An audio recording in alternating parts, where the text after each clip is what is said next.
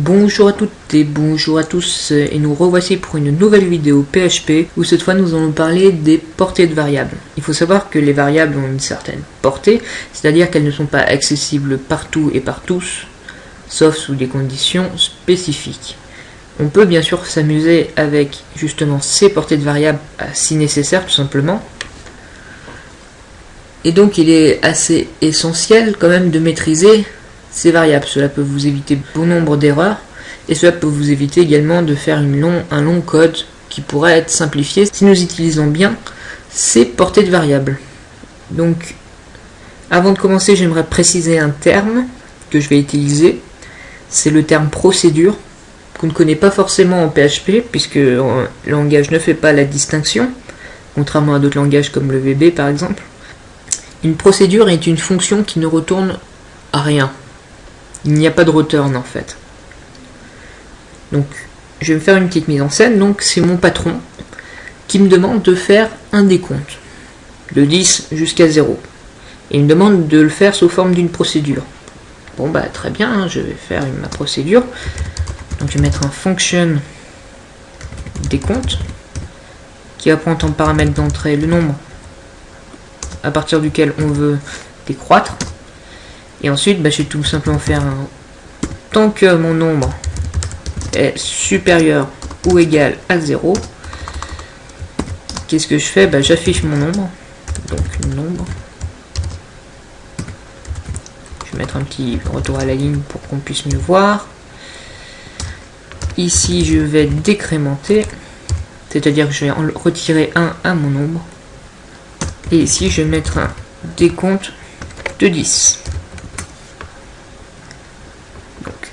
Si j'actualise, voilà, vous voyez bien que j'ai bien un décompte qui va de 10 jusqu'à 0. Donc là, c'est très bien, mais mon patron revient me voir et il me dit, écoute Yann, je veux pas une boucle. Je veux que tu t'arranges, démerde-toi, moi je ne veux pas de boucle.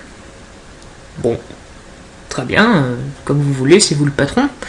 Donc qu'est-ce qu'on va faire ici? On va utiliser ce qu'on appelle la récursivité. Ça veut dire qu'on va appeler une fonction qui va s'appeler elle-même. Bien entendu, il faudra une condition d'arrêt pour éviter l'appel de fonction infinie qui fera planter notre programme. Donc je crois qu'un exemple, ça sera nettement plus parlant. Ici, je vérifie si mon nombre est supérieur ou égal à 0. Si c'est le cas, je l'affiche, je décrémente, et ici, je fais un décompte de nombre. Ici, au premier tour, nombre vaudra 10.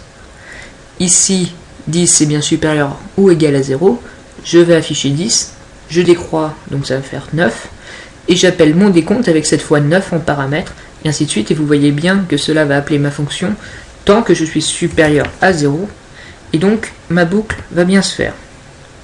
Voilà, vous voyez, ma boucle se fait bien. Petite précision pour ceux qui ont envie de simplifier le code, optimiser le code, gagner des lignes, je ne sais pas si vous avez envie. Bref, vous dites, ça sert à rien, je peux faire ceci. Alors ici, je vais lancer, vous allez voir, on va avoir une magnifique erreur. Voilà. Parce que j'ai une boucle infinie. Ne vous inquiétez pas, c'est bloqué au bout d'un moment, chez moi. Pourquoi ? Alors là, il faut que je vous explique un peu les opérateurs plus et moins, donc ça suit la même logique. J'ai une variable, on va dire a égale 4. Et j'ai une variable b qui va être égale à a++. Ah, j'ai oublié le $ devant. Voilà. Maintenant, si je fais un écho de a et de b, on peut voir que A vaut 5 et B vaut 4. Pourquoi? Parce qu'en réalité, quand on fait cela, ici, il va d'abord faire l'affectation, ça veut dire qu'il va d'abord faire B égale A, c'est-à-dire que B va être égal à 4, et ensuite, il va ajouter à A le plus 1, et de ce fait, A vaudra 5. Si on veut que l'incrémentation se fasse avant l'affectation, il faut mettre le plus devant notre variable A. Ça veut dire qu'en réalité, tu vas d'abord incrémenter A, donc A va valoir 5, et ensuite, et seulement ensuite, tu vas dire que B va être égal à notre valeur de retour, donc 5. Vous voyez ici que normalement les deux sont égales à 5. Dans notre cas, ici, ça marche de la même façon, c'est-à-dire qu'il va d'abord faire notre fonction et ensuite il va enlever un à nombre.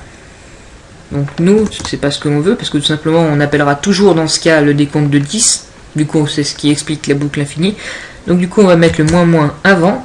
De ce fait, ça va faire d'abord le 10 moins un 9, et après ça va faire décompte de 9. Si l'on teste, vous voyez bien que nous tombons sur notre décompte correct. Donc là, c'est très bien. T'as notre patron qui revient, oui, notre cher ami patron, et qui nous dit oui, c'est super. Par contre, je veux que des comptes ne prennent aucun argument. Ah. Oui, là, vous voyez, là, j'ai un argument d'entrée, nombre. Je le veux pas. Je veux pouvoir faire des comptes comme ça. D'accord. Donc ici, j'ai plus à mettre cela. Et donc, mais comment est-ce que je vais faire? Parce que là, si je mets par exemple nombre égale 10, ici ça va faire une inclusion infinie. Pourquoi? Parce que quand je vais appeler des comptes, à chaque fois nombre va être remis à 10, et donc ça sera toujours supérieur à 0, et donc en fait ça va me faire une boucle infinie. Non, c'est pas ce que je veux. Ici je vais remettre le nombre moins pendant que j'y pense.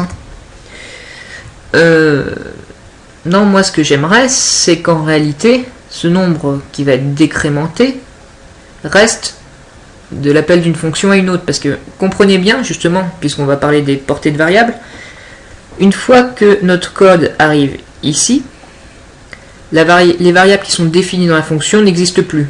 Une fois qu'elles ont été créées dans la fonction, elles ne sont plus accessibles de l'extérieur, c'est fini, elles sont supprimées. Ou du moins, elles restent accessibles uniquement dans l'appel de la fonction.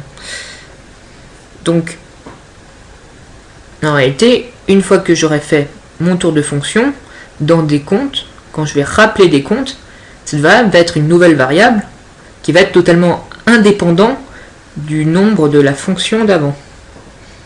Moi, ce que j'aimerais, c'est qu'au contraire, ça ne soit pas indépendant.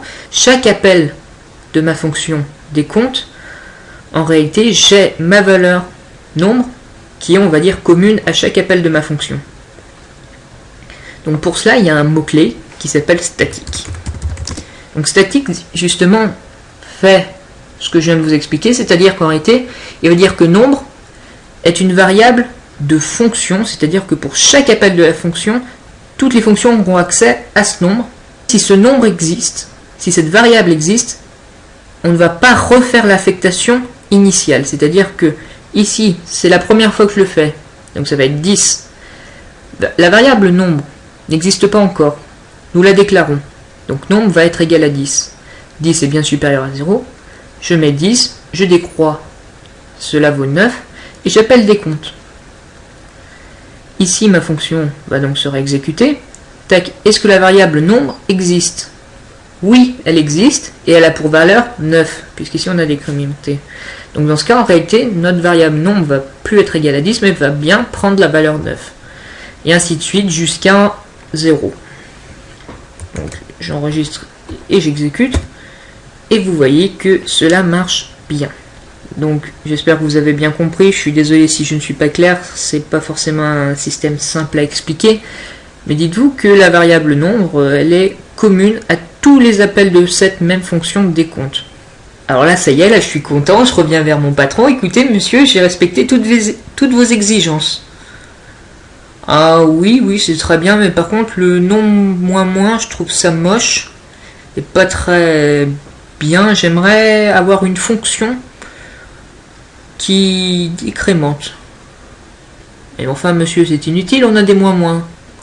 Écoutez, j'exige une fonction décrémente. Bon, très bien. Je vais vous faire une fonction décrémente alors. Donc comme il m'a demandé une fonction, d'accord, pas de problème, je vais faire un décrémente qui va prendre une valeur, donc je vais appeler MB.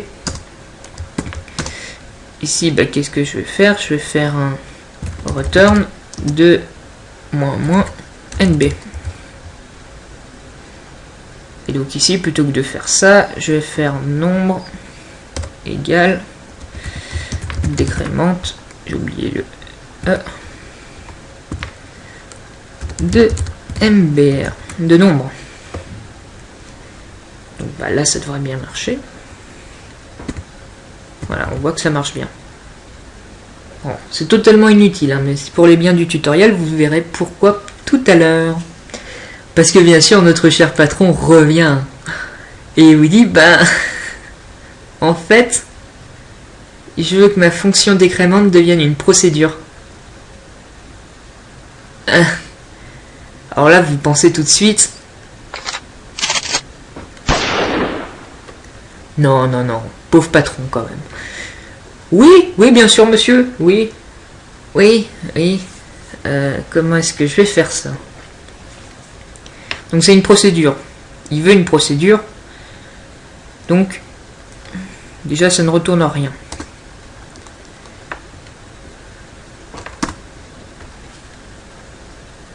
Comment est-ce que je vais faire pour que nombre prenne la valeur de NB? Bien sûr, je ne peux pas utiliser nombre parce que, comme je dis, c'est une variable de fonction. Même sans le statique, hein, ça ne gêne pas. Ça veut dire elle est applicable uniquement et n'existe uniquement que dans la fonction décompte. Je ne peux pas modifier la valeur de nombre dans décrémente. Ce qu'il faudrait, c'est que tous les changements qui se font sur la variable NB se fassent également sur la variable nombre. Ah ben, je sais, on va utiliser ce que nous appelons des références. En réalité, que je vous explique. Lorsque une variable est créée avec une valeur, on va donc avoir un espace mémoire qui sera alloué à notre variable pour contenir la valeur. Par exemple, quand je fais A égale 4, on va avoir un espace mémoire où on va dire que A pointe sur 4. D'accord? Lorsque je fais B égale A, en réalité, on va pas utiliser le même espace mémoire, on va dire tout simplement que B égale ce que A contient, donc B égale 4, et donc on va réallouer un espace mémoire en disant que B pointe sur 4. Mais un 4 différent, niveau mémoire, du 4 du A. Nous, ce qu'on veut, c'est qu'en fait, notre variable A et notre variable B pointent sur la même valeur. De ce fait, si on modifie le 4 de l'un, ça modifiera la valeur des deux.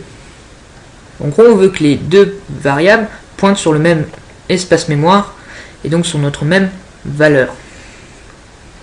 Et pour cela, nous avons ce que nous appelons les références. Pour utiliser une référence, c'est très simple. Il nous suffit d'utiliser les perluettes. Ici, je dis tout simplement que notre variable que notre variable NB a pour référence notre variable nombre. Et de ce fait, ces deux variables pointent sur le même espace mémoire. Donc, si je décrémente ma variable NB, la valeur de NB va changer, mais comme c'est la même valeur et la même espace mémoire que ma variable nombre, cela va bel et bien modifier la valeur de nombre, même si en théorie, je n'y ai pas accès à ma variable nombre. Je vous propose de tester. Donc vous voyez, mon système marche toujours bien, j'ai toujours mon décompte. Si je n'ai pas été très clair durant mes explications, peut-être qu'on va mettre un exemple. Ici, je vais prendre A égale 4, B égale A, et ici, je vais faire un A++. Si maintenant je fais un écho de A et de B, ah mince, voilà, vous allez voir que A égale 5 et B égale 4. Pourquoi? Parce que même si on fait B égale A, en réalité B est absolument pas lié à A. En réalité B prend tout simplement la valeur de A qui est égale à 4. Par contre, si nous utilisons les références, nous lions en quelque sorte B à A, et nous lui disons que si nous incrémentons A, nous incrémentons également la valeur de B. Et de ce fait, nous avons bien 5, 5. Bien. Donc j'espère que cet exemple vous a un peu mieux expliqué le fonctionnement des références. Donc revenons à notre décompte. Là, le système marche. Et là, nous revenons tout fiers. Monsieur, j'ai fait exactement ce que vous vouliez. Et là, votre patron vous regarde et là, vous sentez encore qu'il va vous sortir une connerie. Écoutez, j'aimerais que la fonction décrémente, ou du moins la procédure, excusez-moi, ne prenne aucun paramètre. Bien sûr, monsieur, bien sûr. Ce que vous voulez. Ok, donc il faudrait que ça ne prend rien. Et ici, il faudrait qu'on décroît une variable, mais c'est pas possible. Enfin, monsieur... Bah si, en fait, c'est tout à fait possible. Ce qu'il vous faut, par contre, c'est un truc qui n'est pas super préconisé, mais qui peut être utile dans certains cas. On va mettre notre variable nombre en global. C'est-à-dire qu'ici, on va plus utiliser notre variable statique nombre, et ici, on va utiliser une variable générale qui se trouve dans notre code, et qu'on va dire nombre égale 10. Donc là, il se trouve dans notre code général, c'est bon, on n'a pas besoin de... Mais cette variable est justement en dehors de mes fonctions, et en théorie, je ne peux pas récupérer le nombre à partir de mes fonctions. Ici, vous allez voir, hein, tout simplement, si j'exécute, voilà, il me dit, je connais pas nombre, je sais pas ce que c'est, je ne comprends pas. Nous, ce qu'on va dire à la fonction, c'est on va lui dire tu vas récupérer une variable nombre qui ne se trouve pas dans la fonction et qui est une variable globale. Donc, comment est-ce qu'on va faire ça? Ici, on va définir encore notre variable nombre. C'est très important qu'elle garde le même nom.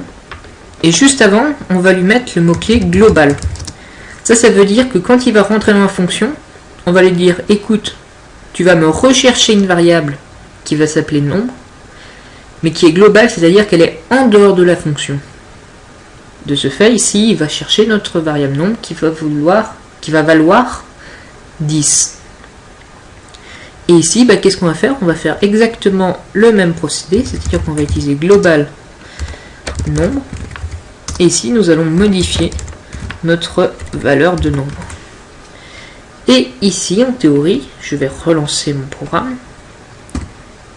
Et voilà, mon décompte est bien fait. Pourquoi? Parce que ma variable qui est ici est actuellement en global, c'est-à-dire que je la récupère dans l'ensemble de mes fonctions grâce au mot-clé global.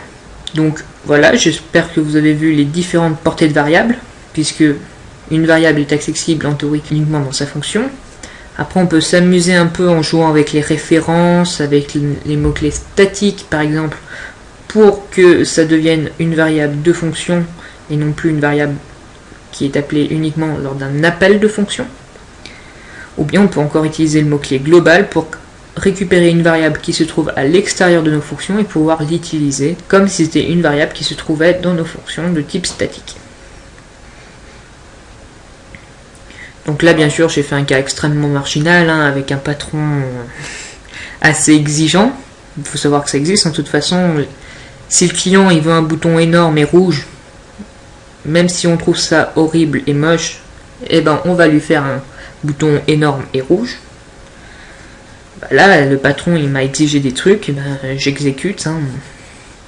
Et vous voyez que grâce à mes différents types de variables, j'ai réussi à me dépêtrer de toutes les situations qu'il m'a demandé.